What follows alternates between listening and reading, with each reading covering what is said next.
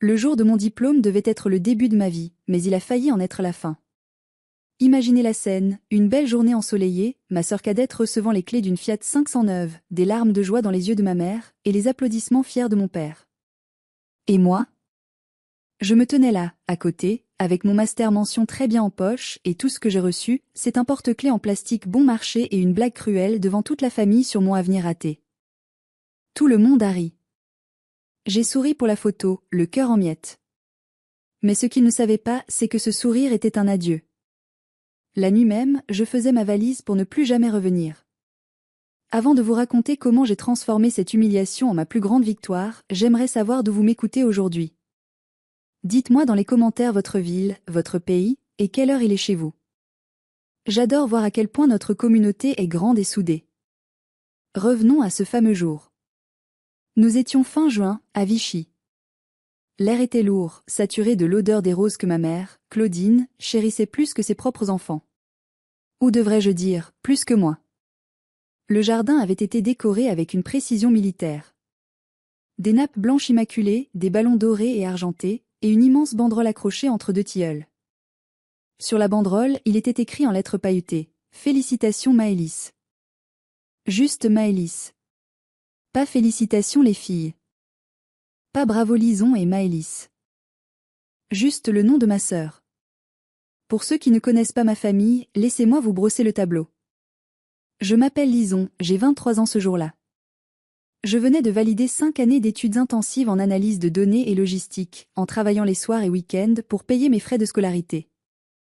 Maëlys, elle, avait 21 ans. Elle venait de terminer une formation de 3 mois pour devenir conseillère en images.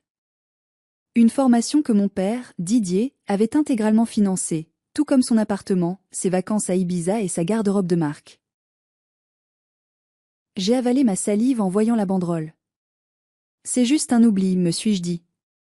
Ils ont sûrement commandé ça à la va-vite. Je suis experte en excuses pour eux. J'ai passé ma vie à excuser leur indifférence. Les invités ont commencé à arriver.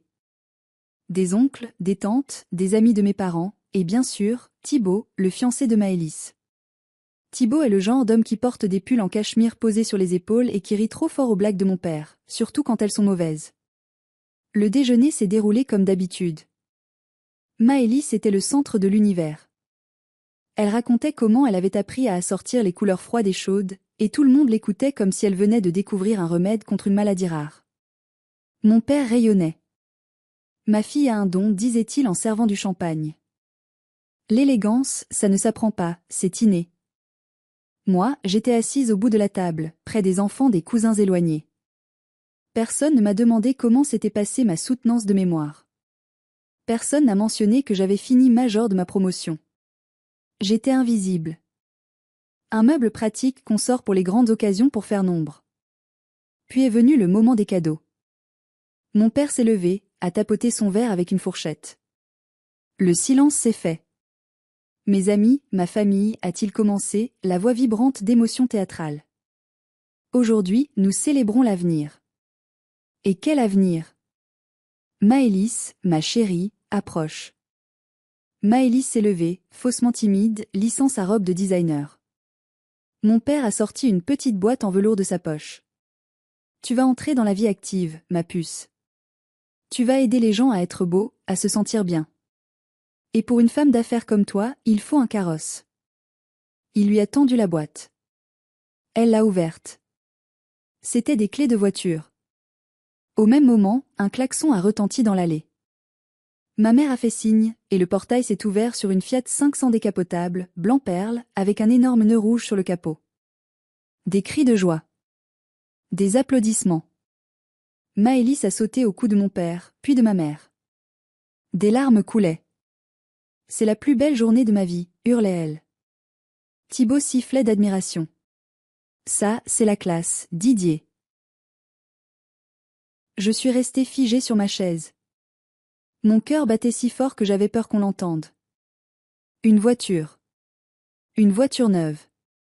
Je conduisais encore la vieille Peugeot 206 de ma tante qui tombait en panne tous les 50 kilomètres. Une fois l'euphorie retombée, mon père s'est tourné vers moi. Son visage a changé. Il a perdu ce sourire rayonnant pour adopter cette expression qu'il réservait aux employés de banque qu'il s'apprêtait à licencier, un mélange de pitié et de dédain. Ah, et Lison aussi a fini l'école, a-t-il dit, comme s'il annonçait qu'il allait pleuvoir. Il a fouillé dans la poche de sa veste et en a sorti un petit objet emballé dans du papier journal. Pas de boîte en velours. Du papier journal. Il me l'a lancé. Oui, lancé.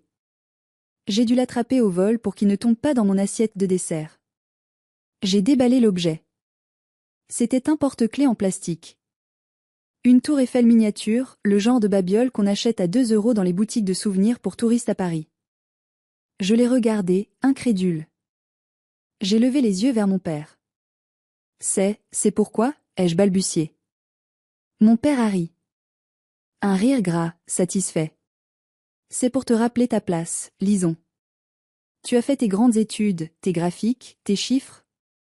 Mais soyons honnêtes. Tu n'as pas l'éclat de ta sœur. Ce porte-clés, c'est parce que tu seras toujours celle qui garde les clés de la boutique, pas celle qui la possède. Tu es faite pour être une employée, ma fille. Une bonne petite ouvrière. Ne laisse pas ce diplôme te monter à la tête. Dans la vraie vie, tu es juste banale. Le silence a duré une seconde, puis Thibaut a éclaté de rire. Bien envoyé, Didier. C'est vrai que Lison a un côté très secrétaire comptable. Et là, comme un signal, tout le monde a ri. Ma mère a ri en couvrant sa bouche. Maëlys a ri en secouant ses cheveux parfaits. Les oncles, les tantes. Ils riaient tous. J'ai senti quelque chose se briser en moi. Ce n'était pas seulement de la tristesse. C'était le son d'un lien qui se rompt définitivement. J'ai regardé le porte-clés dans ma main, puis le visage rougeau de mon père, fier de sa blague. J'ai souri. Un sourire mécanique, froid. Merci, papa, ai-je dit. C'est très instructif. Ils ont pris ça pour de la soumission. Ils ont repris leur champagne, retournant à leur adoration de la Fiat 500. Personne n'a vu mes mains trembler sous la table. Personne n'a vu que je ne respirais plus vraiment.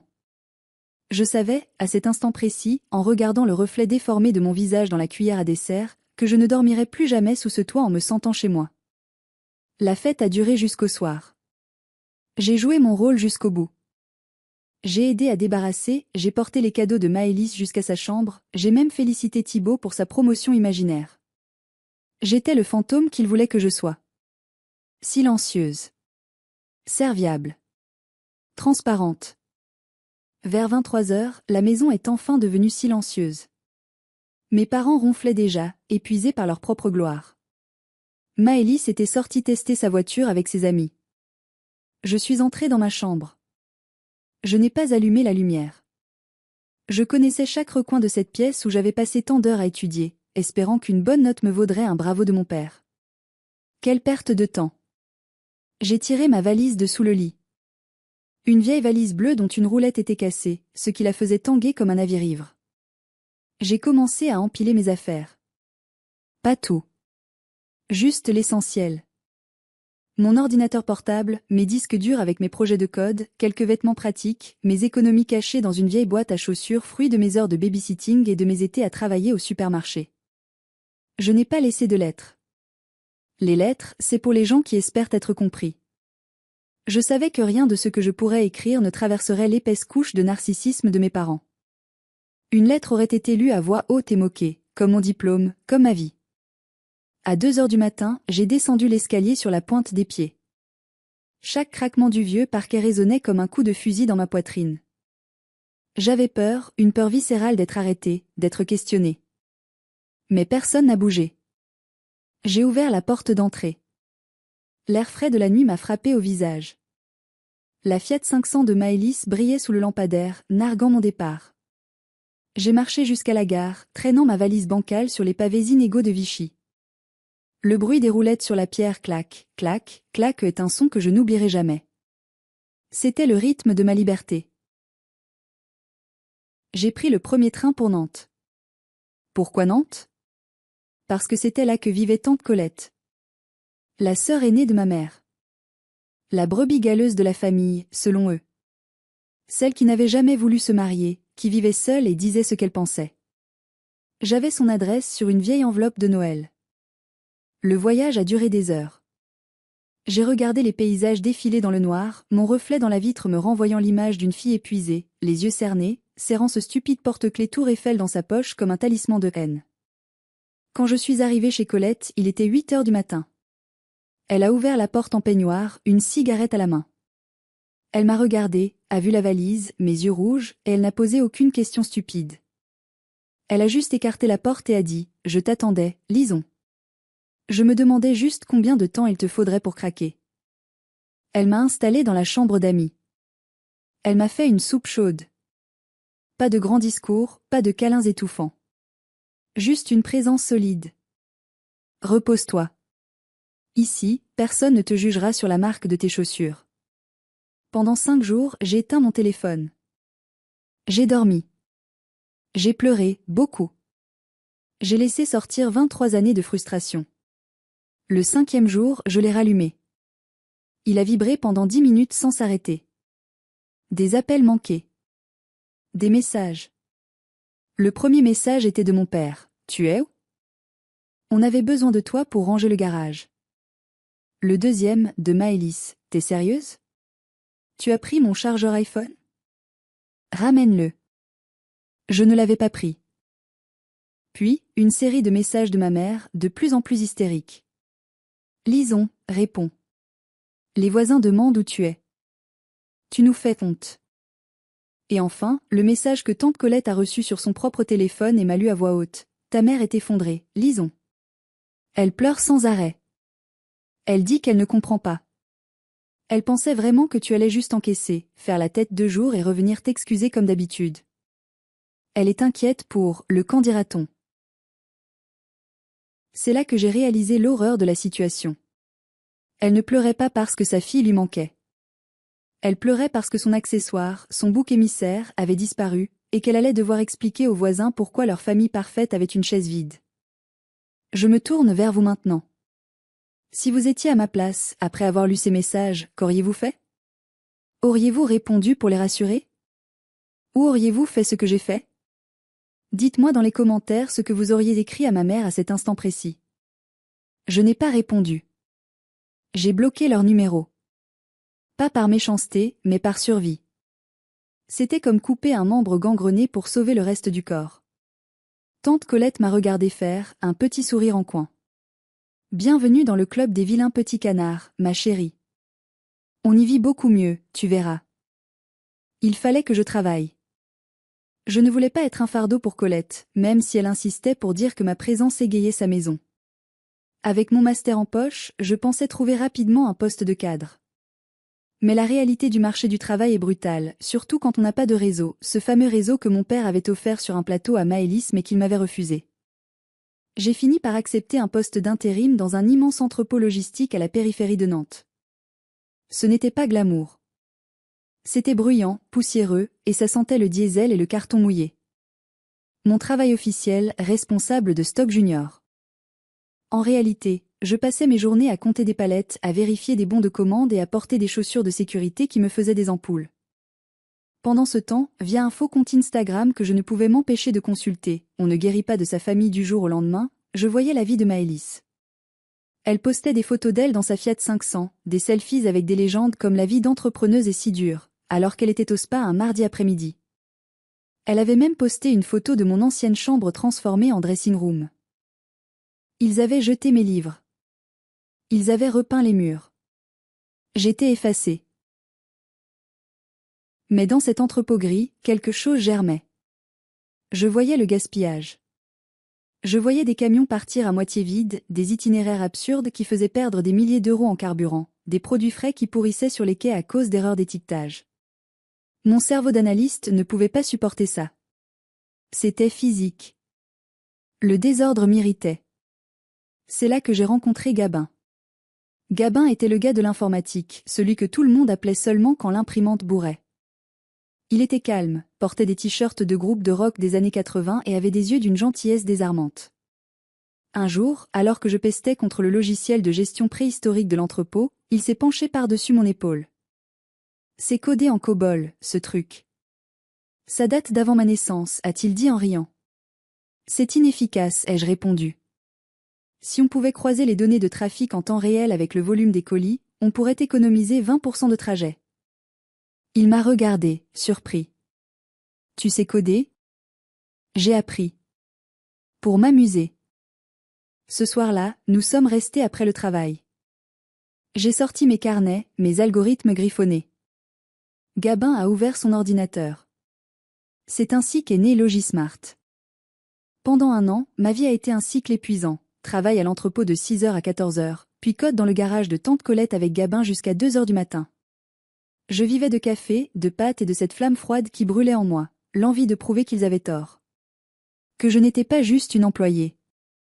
Colette nous apportait des sandwichs au milieu de la nuit. Elle ne comprenait rien à nos lignes de code, mais elle comprenait la rage de vaincre. Fais-leur regretter chaque larme, Lison, me murmurait-elle en me bordant parfois sur le canapé où je m'étais endormie tout habillée. 1 an plus tard, nous avions un prototype. Nous l'avons testé en secret sur une petite section de l'entrepôt. Les résultats ont été immédiats, 15% d'économie en 2 semaines.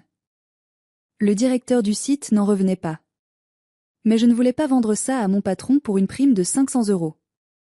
Je voyais plus grand. Gabin et moi avons décidé de monter notre propre structure. Nous avons pris des risques, contracté un prêt que Colette a cautionné avec sa propre maison, un geste qui me donne encore envie de pleurer aujourd'hui. Et pendant que je bâtissais mon empire brique par brique, dans l'ombre et la sueur, ma famille a refait surface. Un mail de ma mère. Le titre, Urge, famille. Je l'ai ouvert, les mains moites. Le mail disait, Maëlys va se marier avec Thibaut. C'est un grand événement. Nous avons réservé le château de la Roche. Ta sœur veut que tu sois là. Elle est prête à te pardonner ton silence si tu viens. Fais un effort, pour une fois, ne sois pas égoïste. On a besoin que la famille soit au complet pour les photos du magazine local. Elle est prête à me pardonner. L'audace de cette phrase m'a coupé le souffle. J'ai failli supprimer le mail. Mais Gabin m'a posé une main sur l'épaule. Si tu n'y vas pas, tu resteras toujours la fille qui a fui, a-t-il dit doucement. Vas-y, dis-leur au revoir pour de bon. Et montre-leur que tu n'as plus peur. J'ai accepté. J'ai pris une semaine de congé. Je suis retournée à Vichy. Je n'ai pas prévenu de mon arrivée. Je suis allée directement au château le jour J. C'était grandiose, vulgaire, excessif. Tout ce qu'ils aimaient. Des fontaines de chocolat, des cygnes en glace, un orchestre symphonique. Je portais une robe simple, bleu marine, élégante mais discrète. Je ne voulais pas attirer l'attention. Dès que je suis entrée dans la salle de réception, les regards se sont tournés vers moi. Pas des regards accueillants. Des regards curieux, jugeurs. J'ai entendu une tante chuchoter, c'est elle, la fugueuse. Il paraît qu'elle travaille comme manutentionnaire à Nantes. Quel gâchis. Mes parents m'ont vu. Ma mère s'est approchée, m'a fait une bise glaciale qui n'a même pas touché ma joue. Tu as grossi, a-t-elle dit. C'était faux. J'avais minci à force de travail. Essaie de ne pas faire de scandale aujourd'hui. C'est le jour de Maëlys. Mon père m'a serré la main. Pas d'embrassade. Juste une poignée de main ferme. Content que tu aies retrouvé la raison. On parlera de ton avenir demain. J'ai peut-être un poste de guichetière à la banque pour toi, si tu es prête à t'excuser. J'ai ravalé ma colère. On verra, papa. La cérémonie a commencé. Maëlys était belle, je ne peux pas le nier. Mais son sourire était celui d'un prédateur qui vient de capturer sa proie. Thibaut avait l'air satisfait de lui-même. Le dîner a suivi. J'étais placée à la table des célibataires et des pièces rapportées, près des toilettes. Puis, vint le moment des discours. Thibaut a parlé, mon père a parlé, un discours de 20 minutes sur sa propre réussite à travers sa fille. Et enfin, Maëlys a pris le micro. Elle a remercié tout le monde. Puis, ses yeux se sont posés sur moi, au fond de la salle. Un sourire sadique a étiré ses lèvres. Je voudrais aussi remercier ma sœur, Lison, d'être venue, a-t-elle dit au micro. Sa voix était mielleuse, faussement douce. Je sais que c'était dur pour elle de prendre un billet de train, vu sa situation financière. Quelques rires dans la salle. Mais Lison a toujours été un exemple pour moi, a-t-elle continué. Un exemple de ce qu'il ne faut pas faire si on ne prend pas soin de soi. Elle a fait un signe au technicien. Sur l'écran géant derrière elle, une photo est apparue. C'était une photo de moi. Une photo volée. Je ne savais même pas qu'elle existait. J'étais à l'entrepôt, en tenue de travail, gilet jaune fluo trop grand, cheveux en bataille, le visage taché de graisse, en train de manger un sandwich triangle assis sur une palette. J'avais l'air épuisé. À côté, sur le même écran, une photo de Maëlys en bikini à Dubaï, splendide et retouchée. Le titre de la diapositive, avant ou après, choisis ton destin. Merci, Lison, a dit Maëlys, de nous rappeler que l'intelligence ne sert à rien si on ressemble à un homme de chantier. La salle a explosé de rire. Un rire cruel, massif, qui a fait trembler les verres en cristal. Mon père riait aux larmes, tapant sur l'épaule de son voisin. Ma mère applaudissait. C'était le porte-clés, version écran géant. C'était l'humiliation finale. Tout le monde me regardait, attendant que je pleure, que je m'enfuis, que je confirme mon statut de victime. Mais quelque chose avait changé en moi. La Lison de la remise des diplômes aurait pleuré. La Lison chef d'entreprise, celle qui gérait des crises logistiques et négociait avec des investisseurs, ne pleurait pas. Je me suis levée lentement. J'ai pris mon verre de vin rouge, un grand cru que mon père avait payé une fortune. J'ai marché calmement vers la table d'honneur. Le silence s'est fait progressivement. Il pensait que j'allais porter un toast. Je suis arrivée devant mes parents. J'ai regardé mon père dans les yeux. Puis ma mère. Puis Maëlys. J'ai souri. Un vrai sourire cette fois. Félicitations pour le spectacle, ai-je dit d'une voix claire, sans micro, mais qui apportait dans le silence de mort. La place de spectacle était un peu chère, mais la leçon est inestimable. Et, avec une lenteur délibérée, j'ai versé le contenu entier de mon verre de vin rouge sur la traîne blanche immaculée de la robe de mariée de Maëlys qui dépassait de sous la table. Le liquide sombre s'est étendu comme une tache de sang sur la neige. Maëlys a hurlé. Un cri strident, animal. Oups, ai-je dit. Je suis tellement maladroite. C'est mon côté ouvrière, sans doute. J'ai posé le verre vide sur la table. Et je suis partie. J'ai traversé la salle la tête haute, sous les regards horrifiés de 200 personnes. Je n'ai pas couru. J'ai marché. En sortant du château, j'ai bloqué leur numéro pour la 2e fois. Mais cette fois, je savais que c'était pour toujours. Le retour à Nantes a été une libération. J'avais coupé les derniers fils. J'avais taché la robe, mais j'avais lavé mon âme. Je me suis plongée dans le travail avec une férocité nouvelle.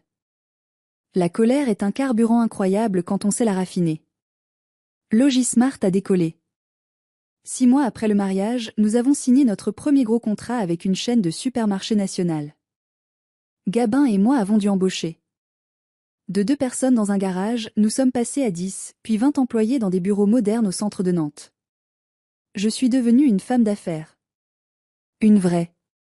Pas une qui poste des photos de latte macchiato sur Instagram, mais une qui prend des décisions stratégiques, qui gère des budgets de plusieurs millions d'euros. Mais le succès attire les vautours. Et ma sœur était un vautour avec une connexion Wi-Fi. 1 an après le mariage au vin rouge, alors que nous étions en pleine négociation pour une levée de fonds majeure avec un fonds d'investissement parisien, une bombe a éclaté. Thibaut, le mari de Maëlys, avait lancé une entreprise de conseil en innovation qui ne marchait pas jaloux de voir, via les réseaux professionnels, que ma société montait, ils ont décidé de frapper. Maëlys, forte de ses 50 000 abonnés sur Instagram, achetés pour la moitié, a commencé une campagne de diffamation. Elle a posté des storytime en pleurant, sans larmes. Ma sœur, cette psychopathe qui a ruiné mon mariage, a volé l'idée de son entreprise à mon mari Thibaut. Elle a profité d'un dîner de famille pour copier ses notes. C'est une voleuse, une menteuse, et elle maltraite ses parents âgés. La vidéo est devenue virale dans notre région. Les gens adorent les drames. Mon investisseur parisien m'a appelé, froid. Lison, nous faisons une due diligence. Ces rumeurs de vol de propriété intellectuelle, c'est sérieux. Si c'est vrai, on se retire. J'ai senti le sol se dérober. Tout ce que j'avais construit, tout ce pourquoi j'avais saigné, risquait de s'effondrer à cause d'un mensonge d'une influenceuse ratée. Gabin était furieux. On doit répondre. On doit faire une vidéo pour démentir. Non, ai-je dit. On ne se bat pas avec des cochons dans la boue. On se salit et le cochon aime ça. On va faire ça autrement. J'ai appelé tante Colette. J'ai besoin de preuves. Colette a fouillé dans les vieux cartons que j'avais laissés chez mes parents avant de fuir, et qu'elle avait récupérés en secret lors d'une visite. Elle a trouvé mes carnets de notes datant de l'université, bien avant que Thibaut ne sache même ce qu'était un algorithme. Elle a aussi trouvé des emails que j'avais envoyés à moi-même pour horodater mes idées. J'ai engagé le meilleur avocat de Nantes spécialisé en droit numérique. Nous n'avons pas répondu sur Instagram. Nous avons déposé une plainte officielle pour diffamation publique, atteinte à la réputation commerciale et harcèlement. Nous avons réclamé 150 000 € de dommages et intérêts. Quand l'huissier a sonné à la porte de la villa, louée, de Maëlys et Thibaut, ils ont cru à une blague. Mais quand ils ont reçu la convocation au tribunal, les rires ont cessé. Maëlys m'a envoyé un message via un autre numéro. « T'es malade ? On est la famille. Tu vas nous mettre sur la paille. Retire ta plainte. » J'ai fait une capture d'écran. Et je l'ai envoyée à mon avocat. Ils ont dû publier des excuses publiques. Ils ont dû admettre qu'ils avaient menti. Thibaut a dû avouer qu'il ne savait même pas coder une ligne de HTML. L'investisseur a vu la décision de justice. Il a été impressionné par ma gestion de crise froide et chirurgicale. Nous avons signé le deal. Logismart était sauvé. Et ma famille avait appris une leçon. L'employé avait maintenant les moyens de se payer de très bons avocats. 2 ans ont passé. Le silence radio était total, imposé par mes soins. Ma carrière avait explosé. J'étais régulièrement citée dans les magazines économiques comme l'une des 30 femmes de moins de 30 ans qui changent l'industrie française. Mais au fond de moi, il restait une petite pierre noire. Le besoin de clôturer l'histoire. Pas par un procès, mais par la vérité. L'occasion s'est présentée sous la forme d'une invitation prestigieuse. Le sommet économique de Lyon m'a invité à être la keynote speaker, l'oratrice principale, sur le thème de la résilience féminine. C'était un événement énorme, retransmis en direct, avec 2000 personnes dans la salle. J'ai regardé l'invitation et j'ai eu une idée. Une idée dangereuse, peut-être mesquine, mais nécessaire. En tant qu'oratrice principale, j'avais droit à une loge VIP pour mes invités. J'ai fait imprimer 4 invitations sur du papier cartonné épais, doré à chaud, avec le logo de l'événement et la mention invité d'honneur, loge présidentielle. Je les ai envoyées par coursier à Vichy. Une pour mes parents. Une pour Maëlys et Thibaut. J'ai joint une note manuscrite, écrite avec mon plus beau stylo plume. Papa, maman, Maëlys, Thibaut. On m'a souvent dit que je n'étais qu'une employée. Aujourd'hui, je dirige. J'aimerais que vous veniez voir ce que l'avenir raté a construit. Je ne vous demande pas d'excuses. Je vous demande juste d'être témoin. PS, le buffet est excellent et il y a du champagne gratuit. Je savais comment les appâter. Leur ego. Leur curiosité. Et surtout, l'idée d'être en loge présidentielle, d'être traités comme des VIP, c'était irrésistible pour eux. Ils penseraient que je voulais me réconcilier, que je voulais les impressionner pour qu'ils m'aiment enfin. Ils penseraient que j'avais besoin de leur validation. Ils se trompaient. Je n'avais pas besoin de leur validation. J'avais besoin de leur présence pour ma propre catharsis. Ils sont venus. Je les ai vus depuis les coulisses, via les caméras de sécurité.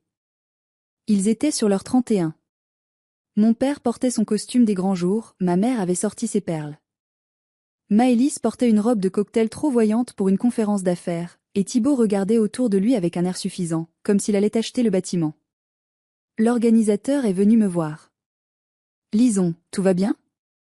Tu es pâle. J'ai lissé ma veste de tailleur blanche, un choix délibéré, symbole de lumière et de vérité. Je vais très bien, ai-je répondu. Je suis juste prête. Gabin était au premier rang, me faisant un pouce levé. Tante Colette était à côté de lui, les yeux brillants. C'était eux, ma vraie famille.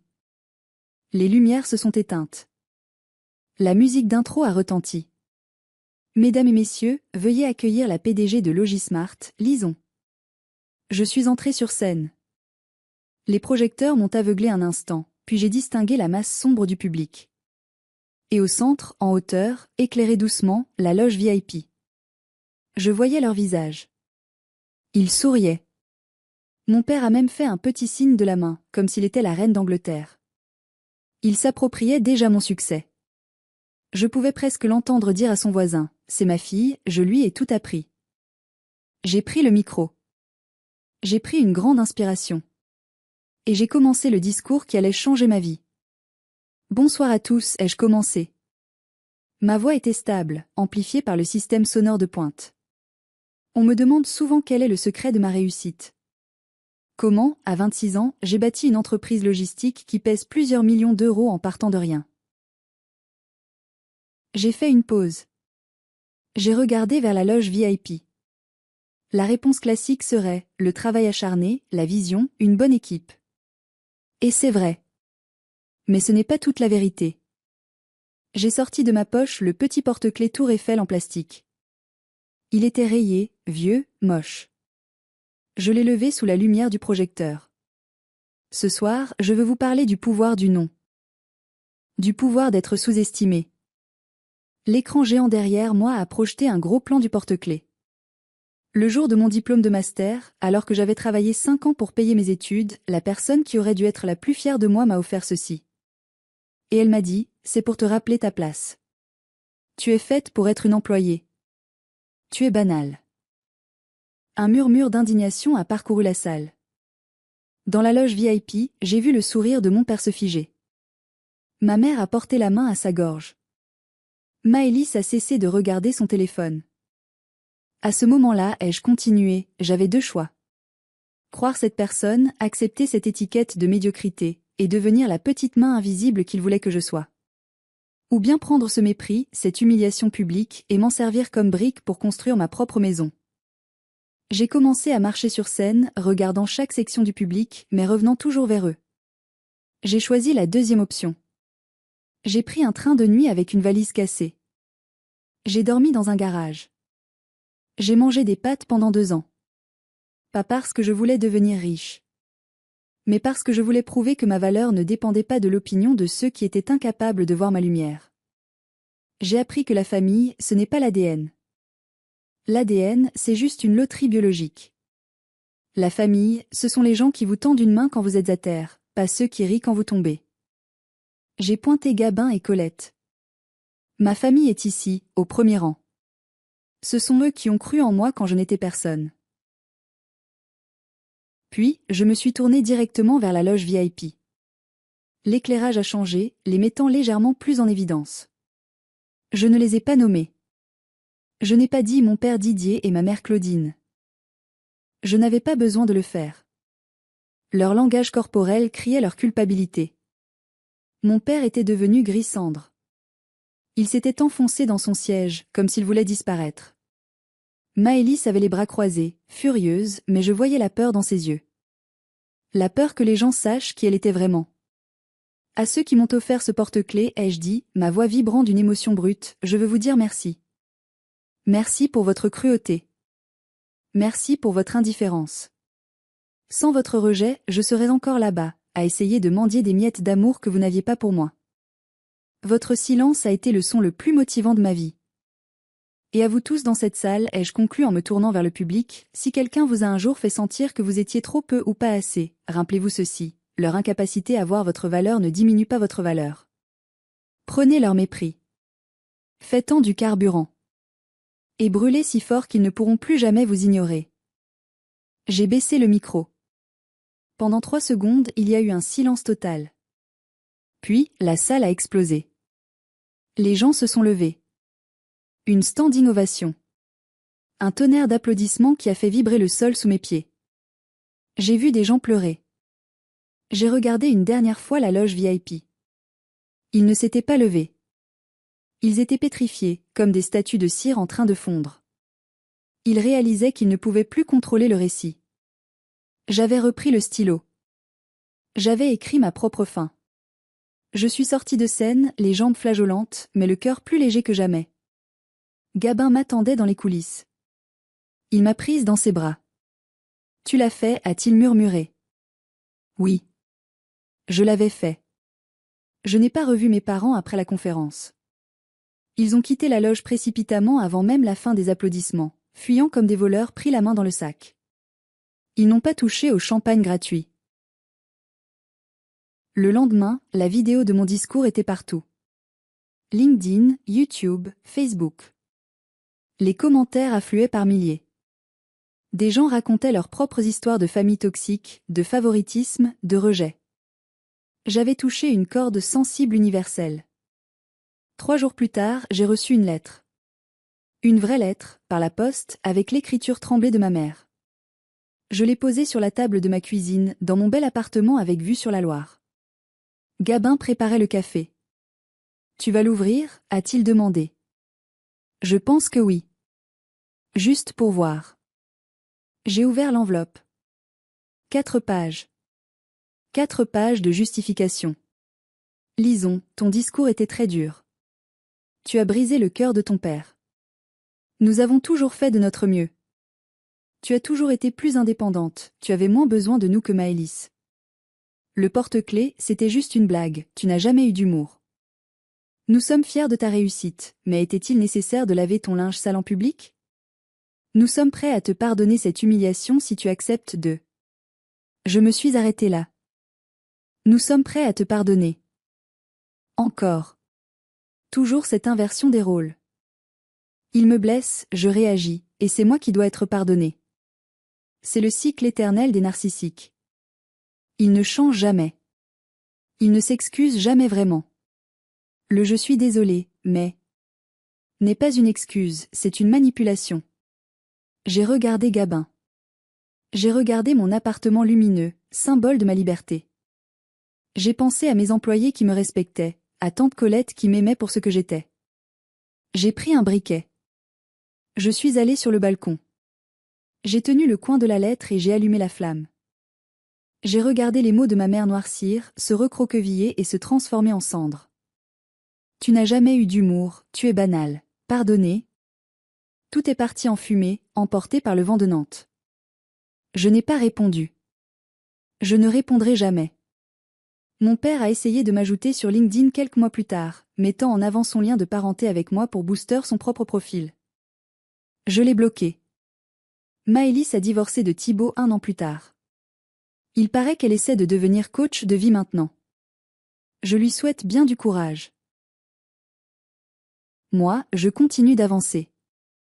J'ai gardé le porte-clés Tour Eiffel. Il est encadré dans mon bureau, non pas comme un souvenir de douleur, mais comme un trophée. C'est le symbole du moment où j'ai cessé d'être une fille qui attendait d'être aimée, pour devenir une femme qui s'aime elle-même. C'est la fin de mon histoire, mais peut-être le début de la vôtre. Parfois, le chemin vers le bonheur exige de laisser des gens derrière soi, même s'ils partagent votre sang. Ce n'est pas de l'égoïsme, c'est de l'autopréservation. Merci de m'avoir écouté. Si cette histoire vous a touché, si vous aussi vous avez dû vous battre pour votre place, mettez un j'aime et abonnez-vous à la chaîne. Et surtout, partagez votre expérience dans les commentaires. Avez-vous déjà dû couper les ponts pour vous sauver ? Votre témoignage peut aider quelqu'un d'autre à se sentir moins seul. Prenez soin de vous, et à la prochaine histoire.